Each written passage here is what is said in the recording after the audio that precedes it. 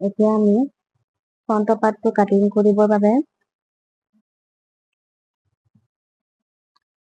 এনেকৈ পেপাৰ এখনত বেক পাৰ্টটো বহুৱাই ল'ম।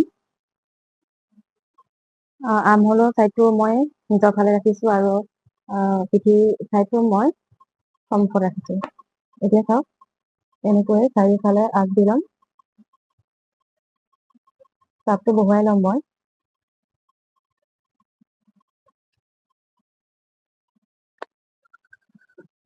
বেক পাৰ্টটো আঁতৰাই দিম।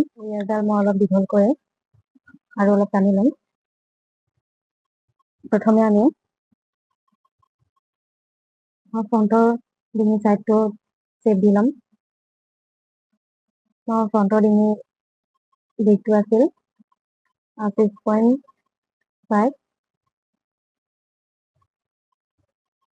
এনেকৈ সমান কৰি আগডাল টানি লৈছোঁ।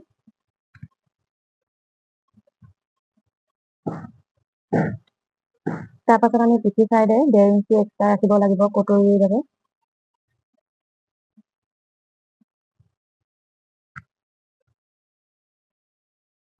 এনেকৈ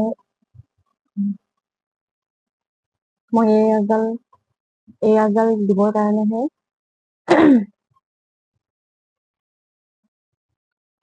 এই আঁচডাল মই দীঘল কৰি ল'ম। তাৰপাছত সন্মুখৰ ডিঙি বহলটো ৰাখিছোঁ মই 2.5। আপোনালোকে নৰ্মেল চাইজ হ'লে 2.7, যদি হেভি চাইজ হয় তেতিয়াহ'লে 3 ইঞ্চিত ৰাখি দিব। তাৰপাছত আমি এতিয়া গলৰ শ্বেপটো দিম। মই ৰাউণ্ড শ্বেপে দিছোঁ, আপোনালোকেও দিব পাৰে ৰাউণ্ড শ্বেপ। আপোনালোকৰ পচন্দ অনুসৰি শ্বেপটো দি দিব। এনেকৈ অলপ বহল কৰি কাটি দিলে দেখিব ধুনীয়া হয়।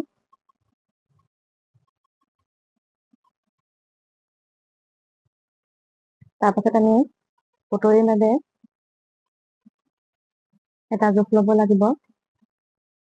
মই লৈছোঁ 11.7ত এটা বিন্দু। তাৰপাছত এই বিন্দুটো এনেকৈ আঁচ এডাল টানি ল'ম। চাওক মই আঁচ এডাল টানি লৈছোঁ। তাৰপাছত মই কটৰীৰ জোখ ৰাখিছোঁ 7.5 ইঞ্চিত। তাৰপাছত এই 7.5 ইঞ্চিত মই সমান কৰি ভাগ কৰি এনেকৈ বিন্দু এটা দি লৈছোঁ। তাৰপাছত তললৈ মই 3.7ত এটা বিন্দু দিছোঁ।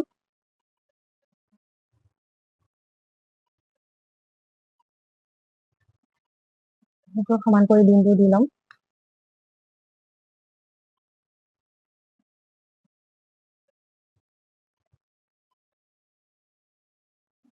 এই জোখটো আমি লৈছিলোঁ 7.5। এই আঁচডালতো মই এনেকৈ 7.5তে এটা বিন্দু দি ল'ম। এই বিন্দুটোকো মই সমান কৰি ভাগ কৰি আৰু এটা বিন্দু দি লৈছোঁ। এতিয়া এইফালে এনেকৈ এই বিন্দুকেইটা মিলাই লৈ আঁচ এডাল টানি দিছোঁ।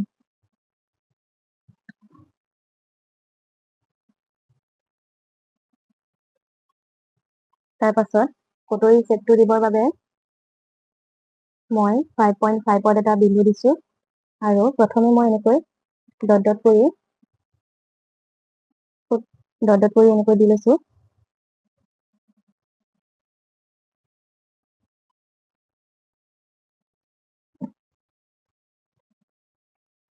এতিয়া মই এইফালে 1.1ত এটা বিন্দু দি লৈছোঁ। তলৰ ফালে মই 1/2 ইঞ্চি দি লৈছোঁ। তাৰপাছত ইফালে ফ্ৰণ্টৰ ফালে মই 1.1ত আৰু এটা বিন্দু দি লৈছোঁ। তাৰপিছত তলৰ চাইডেও 1.1ত এটা বিন্দু দিছোঁ। এই আঁচডালৰ দুয়ো কাষে দি লৈছোঁ।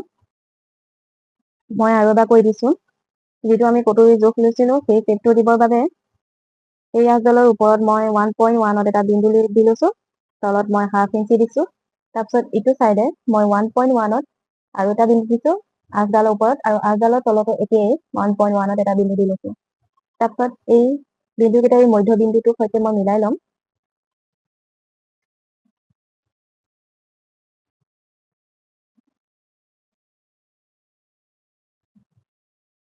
এয়া চাওক। তাৰ পাছত মই এইফালে আৰু এটা শ্বেপ দিবৰ বাবে মই 0.7ত এটা বিন্দু দি লৈছো আৰু এই বিন্দুটো এই মধ্য বিন্দুটোৰ সৈতে মই এনেকৈ শ্বেপ দি ল'ম।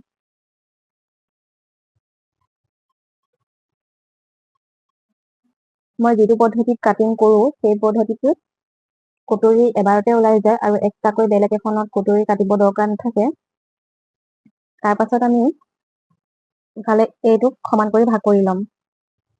ভাগ কৰি এনেকৈ বেঁকা কৰি আঁচডাল টানি ল'ম। এতিয়া চাওক, এই পাৰ্টটো অলপ দীঘল হৈ থাকিব পাৰে, তেনেকে থাকিব দিব। যেতিয়া চিলাই কৰিব, চিলাই কৰাৰ পাছত যদি আপোনাৰ এই পাৰ্টটো দীঘল ওলায় তেতিয়াহ'লে কাটিং কৰি দিব, তেওঁ সৰু হ'ব নালাগে। তাৰ পাছত আমি বেল্টৰ জোখ ল'ম। বেল্টৰ জোখৰ বাবে আমি লৈছো মই 3.5 এনেকৈ বিন্দু কেইটা বহুৱাই ল'ম। তাৰপিছত মই সমান কৰি লৈছো।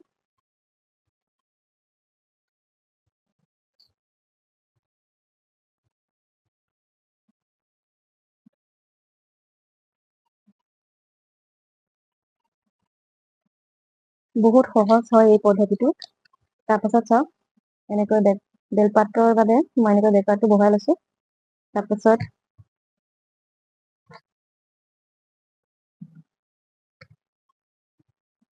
মই চাইডৰ যিটো জোখ আছিল সেইমতে সেইটো দি ল'ম।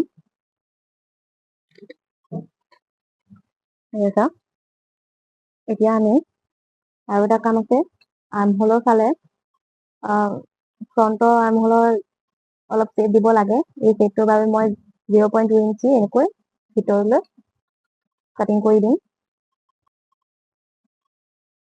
ফ্ৰণ্টৰ পাৰ্টটো মোৰ ৰেডি হৈ গৈছে। মই এনেকৈ এই বিন্দুটো আৰু এই বিন্দুটোৰ সৈতে এনেকৈ মিলাই ল'ম। এতিয়া চাওক, আমাৰ এইখিনি কমপ্লিট হৈ গ'ল। এতিয়া মই কাটিং কৰিম। বহুত সহজ হয়।